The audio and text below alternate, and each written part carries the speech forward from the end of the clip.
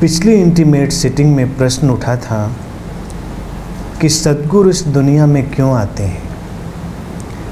मेरा प्रश्न इससे अलग है। कुछ सद्गुरुओं के बारे में मैंने देखा है कि जब वो शरीर छोड़ते हैं तो उनकी उम्र 59 साल की होती, जैसे ओशो और परमहंस योगानंद। इनके बारे में मुझे जानकारी है कि इन दोनों सद्गुरुओं ने 59 साल में शरीर छोड़ा। तो मेरे भीतर प्रश्न उठ रहा है, क्या इस 59 वर्ष में कोई रहस्य है? अगर है तो कृपया इस बारे में हमें बताएं।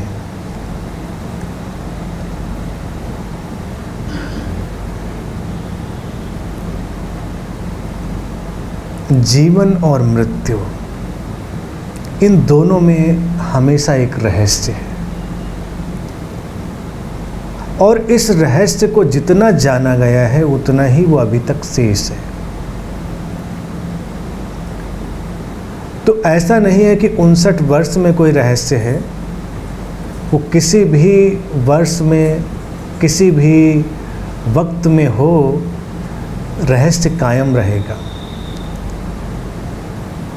अब दो सद्गुरुओं के 59 वर्ष में जाने की जो बात तुमने उठाई है, तो ठीक अर्थों में अगर देखा जाए, इस घटना में कोई बहुत रहस्य छुपा हुआ नहीं है। ये एक ऐसा सिलसिला है जो शायद दो सद्गुरुओं के साथ या कुछ और भी नाम तुम्हें मिल जाएं, जो 59 वर्ष के आसपास उनका देहावसान हुआ। लेकिन प्रत्येक उम्र में सद्गुरु आते और जाते रहे। हर उम्र, वो युवा उम्र में भी गए हैं, वो और ज़्यादा उम्र में भी गए हैं। तो इसलिए ऐसे आंकड़ों में बहुत उलझने की ज़रूरत नहीं है। देखना इस बात को पड़ेगा कि सद्गुरुओं ने अपना क्या कार्य किया और कैसे किया, उसमें क्या महत्वपूर्ण था। अब ओशो ने जब 59 वर्ष में शरीर छोड़ा, उसके करीब 5 वर्ष पहले ही वो अपने एक प्रवचन में कह रहे थे कि आने वाले 20 वर्ष तक मैं अपना काम करूंगा। लेकिन वो 20 वर्ष पूरे नहीं हुए।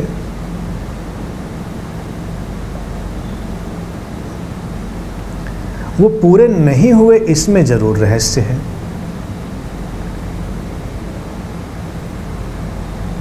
सद्गुरुओं का आना और जाना ये एक अस्तित्वगत घटना है, एग्जिस्टेंशियल इवेंट है। इसे मैं बार बार कहता हूँ, और थोड़ा बहुत आगे पीछे हमेशा हो सकता है।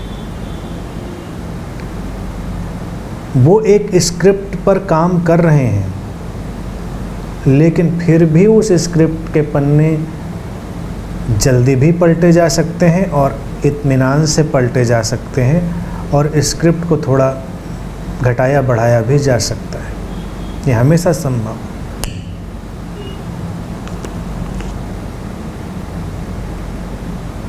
अगर किसी सद्गुरु को लगता है कि उसका काम पूरा हो रहा है, या उसे ये लगने लगे कि अब बस जो संदेश उसे देना था वो दे चुका, तो वो शरीर से विदा हो सकता है।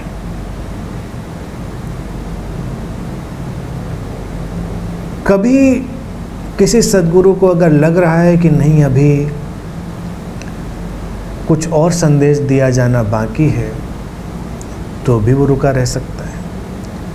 कभी कभी कोई सद्गुरु किसी के इंतज़ार में होता है, कोई शिष्य, कोई मीडियम, कोई संवाहक, कोई उसके संदेश को आगे ले जाने वाला माध्यम, और जब वो आ जाता है सद्गुरु विदा हो जाता है। वो हमेशा यहाँ पर एक मिशन के साथ है। कहते हैं कि जीसस के पहले एक सद्गुरु जॉन करके हुआ करते थे और उनका बड़ा नाम था, लोग बहुत मानते थे, उनकी बहुत मान्यता थी। जॉन वृद्ध हो रहे थे और वो अक्सर कहते थे कि मैं किसी के लिए रुका हुआ हूँ, बस वो आ जाए तो मैं जाऊँ। और कहते हैं जिस दिन उन्होंने जीसस को दीक्षा दी, उसके अगले दिन से जॉन को किसी ने कहीं देखा नहीं, वो विलीन हो गए। एक घटनाक्रम ये भी है और एक घटनाक्रम संदेश से जुड़ा हुआ भी है कि संदेश अभी किस रूप में आए और उसका क्या स्वरूप बने, तो तब भी रुकना संभव हो जाता है। थोड़ा बहुत आगे पीछे हर बार हो जाता है। और मुझे लगता है कि सद्गुरुओं ने उम्र के हर मुकाम पे शरीर को छोड़ा है और अस्तित्व ने शायद इसमें यही इशारा देने की कोशिश करी होगी कि किसी भी उम्र में बोध संभव है, किसी भी उम्र में जाना हो सकता है, इसलिए जल्दी करो, व्यर्थ की बातों में उलझो नहीं, जल्दी पहुंचो। और अगर सद्गुरुओं ने 90 और 100 के आसपास तक भी शरीर छोड़ा, तो वो इस बात की सूचना भी है कि जैसे वृद्ध लोग निराश होने लगते हैं कि अब क्या होगा, तो वो उनके लिए एक आशा की किरण है कि अभी कोई ऐसा व्यक्ति है जो इतनी वृद्धावस्था में है फिर भी उस रोशनी को अपने साथ लेकर चल रहा है, तो तुम्हारे लिए भी संभव है।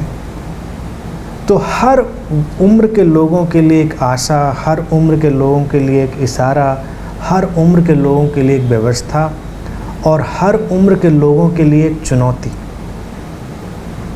सद्गुरुओं का यही काम है, वो भिन्न भिन्न तरह से अपना काम करते हैं और अस्तित्व में जितने भी सद्गुरु हैं वो एक ही एक्सप्रेशन है, वो एक ही घटना का एक्सप्रेशन है अलग अलग रूप में।